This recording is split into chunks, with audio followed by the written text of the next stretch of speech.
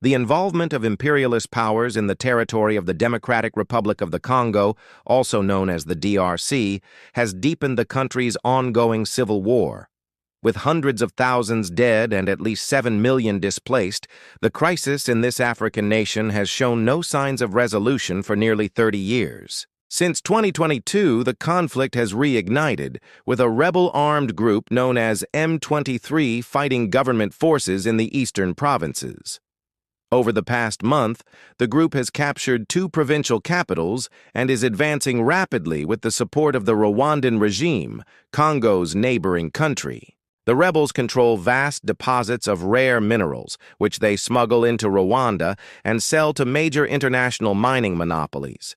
The fighting is concentrated in the Kivu region, which is extremely rich in strategic resources such as lithium, titanium, and cobalt. All indications suggest that Rwanda wants M23 to control the area in order to become the main beneficiary of the mineral trade, positioning itself as the primary commercial partner of imperialist powers and major mining corporations in the region.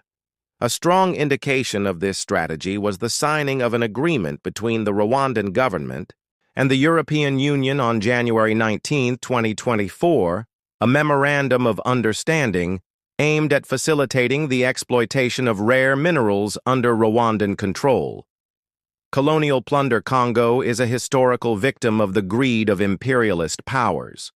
Rich in mineral resources, fertile lands, and vast biodiversity, the country was colonized by Belgium in the 20th century. Under Belgian rule, one of the cruelest colonial regimes in history was imposed, where people were enslaved, tortured, mutilated, and entire ethnic groups exterminated. Historians estimate that up to 13 million Congolese were killed by the Belgian monarchy. Led by the revolutionary Patrice Lumumba, an anti-colonial movement won the country's independence in 1960.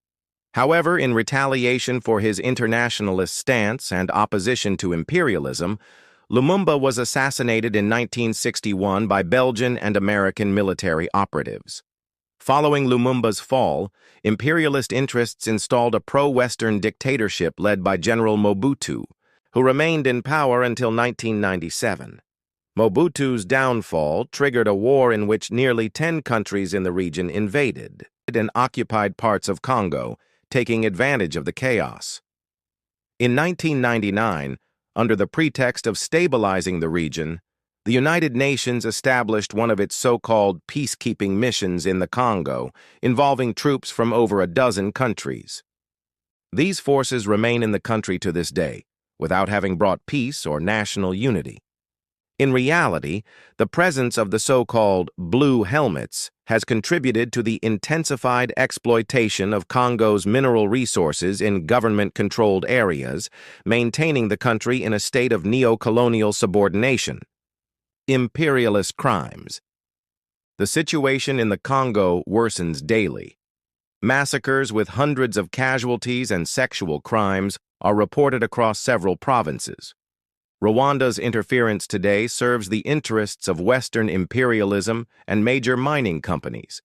Despite official condemnations from all the UN Security Council powers regarding Rwanda's aggression, Rwanda, which itself suffered a prolonged civil war and genocide in the 1990s, is now governed in the service of major monopolies, seeking control over rare mineral exports in exchange for the enrichment of a wealthy elite.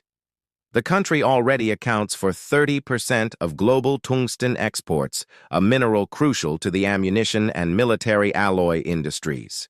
In the Congo, the Rwandan government now aims to control, in partnership with European, Canadian, and Australian mining monopolies, the production of so-called rare minerals, vital for manufacturing batteries and chips for electronic devices.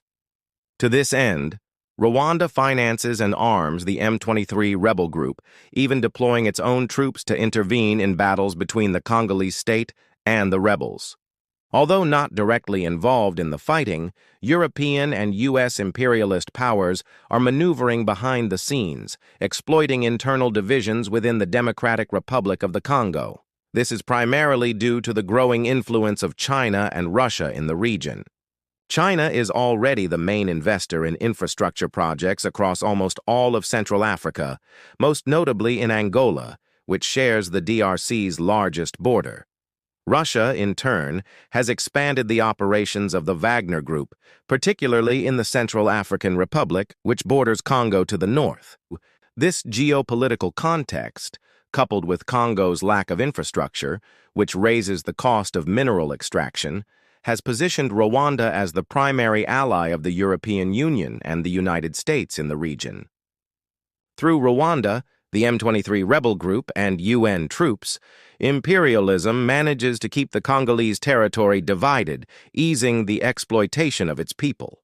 There have been well-documented reports of the enslavement of thousands of Congolese, mainly children, by the mining sector.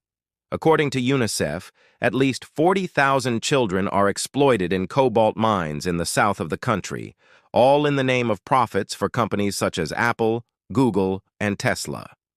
It is to maintain this state of super-exploitation that this war has dragged on for so long. And don't forget, like the video and subscribe the channel to keep thinking the world how it really is.